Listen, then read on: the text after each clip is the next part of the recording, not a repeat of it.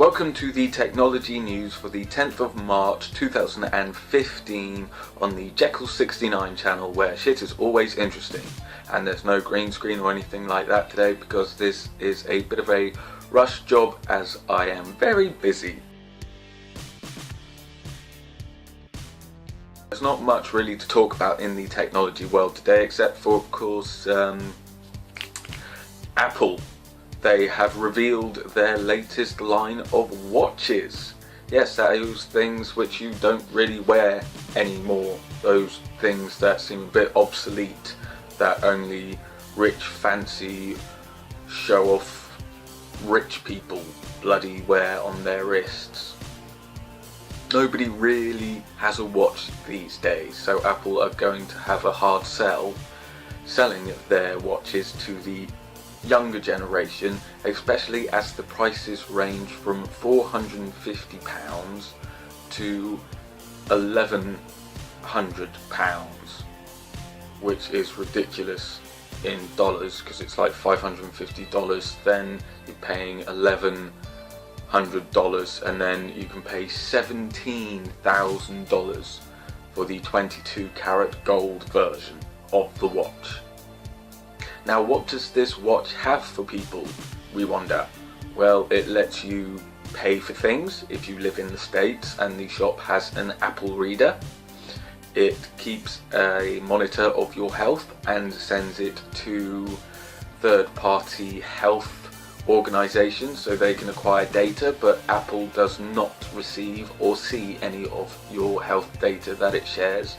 It doesn't really say about what other data that it does receive and keeps and shares with other third parties at the moment. It's square, so it looks a bit ugly and grotesque. I prefer the circular facing watches if I am going to wear one instead of square ones. And what else can it do? Health, obviously you can talk into it with Siri, you've got phone calls, you've got everything that the iPhones do.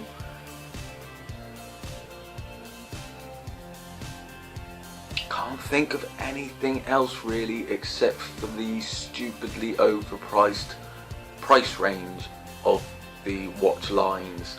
You would have thought that they would come out with a simple, small price range that just kind of does exactly what the iPhone does, but can still be connected to all your iPhone products and take a few photographs as well, have a good inbuilt HD camera in there, or at least the best that you can in such a small size, have it so it can film people as well. But then again, you are going into people's privacy there, and people do get uppity when it comes to that sort of thing, surprisingly.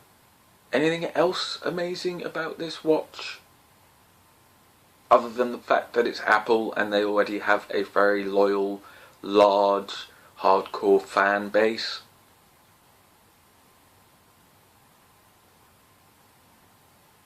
No, not really. The BBC technology website has a great in-depth review of the watch, but they primarily talk about the integration side of it because of how much it's like the iPhone, and definitely the price range. I mean, who are Apple kidding? Seriously, without Steve Jobs they're nothing. This is exactly why I hate Apple. They sell it under their name because it got huge after they acquired Next, which Steve Jobs started after he got fired from Apple. So therefore he started working for Apple again, and everything that he created in Next then went into all the resurgence, into the renaissance of Apple, really, with all their iPads and iPods and iPhones. And without Steve Jobs, it's kind of trying to be a business which it can't sustain because there's nobody as strange or as innovative as Steve Jobs running the helm, which sucks because they could be really good. I mean, some of the programs that I use are definitely better on iMacs, or Macs as they're just called. And I did toy around with the idea of going to Apple and acquiring a nice Mac and a good iPad and an iPhone, and they're still certain apps out there which you can only get for the iPhone, like music apps, which I really love to have. So to have them, I would have to have an iPhone. And if I had an iPhone, I probably would end up getting an iPad and a Mac just to have the integration there. Like I did with Samsung, went for the Samsung phone, got the Samsung tablet, and made sure that the Windows I got worked seamlessly with both the products. But Apple, they're just rip-off merchants that are doing it because it's their brand, really. There's nothing that they use at the core of the product which is different to any other manufacturer. It's just the fact that they can use that a little bit more to make it that little bit strong and more wearable.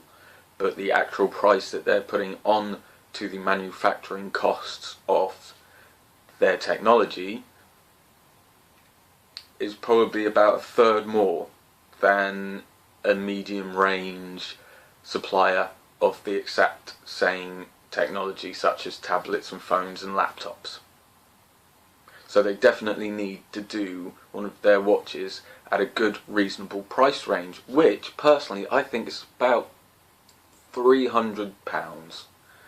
So what's that, $450, which is still a lot, but it's not $550 or £500 to £1,100 and $17,000 for a gold range one, when you know it's going to be out of date and crashing on you constantly, when Apple keeps making their updates for the phone, which download automatically sometimes and come with so many bugs that it buggers the whole thing up completely. And then within 6 months it's obsolete anyway, because Apple are trying to be fashionable rather than innovative now, and they're trying to be fashionable because they're trying to get the money whilst their bubbles is still intact and hasn't burst.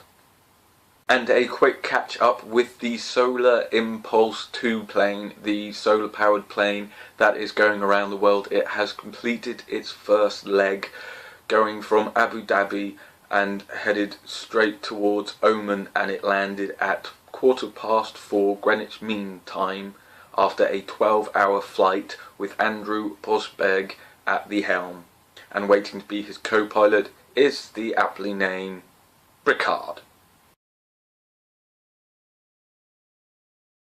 Thank you very much for watching this very quick and rushed episode of the technology news on the Jeccles 69 channel, where shit is always interesting, for the 10th of March 2015.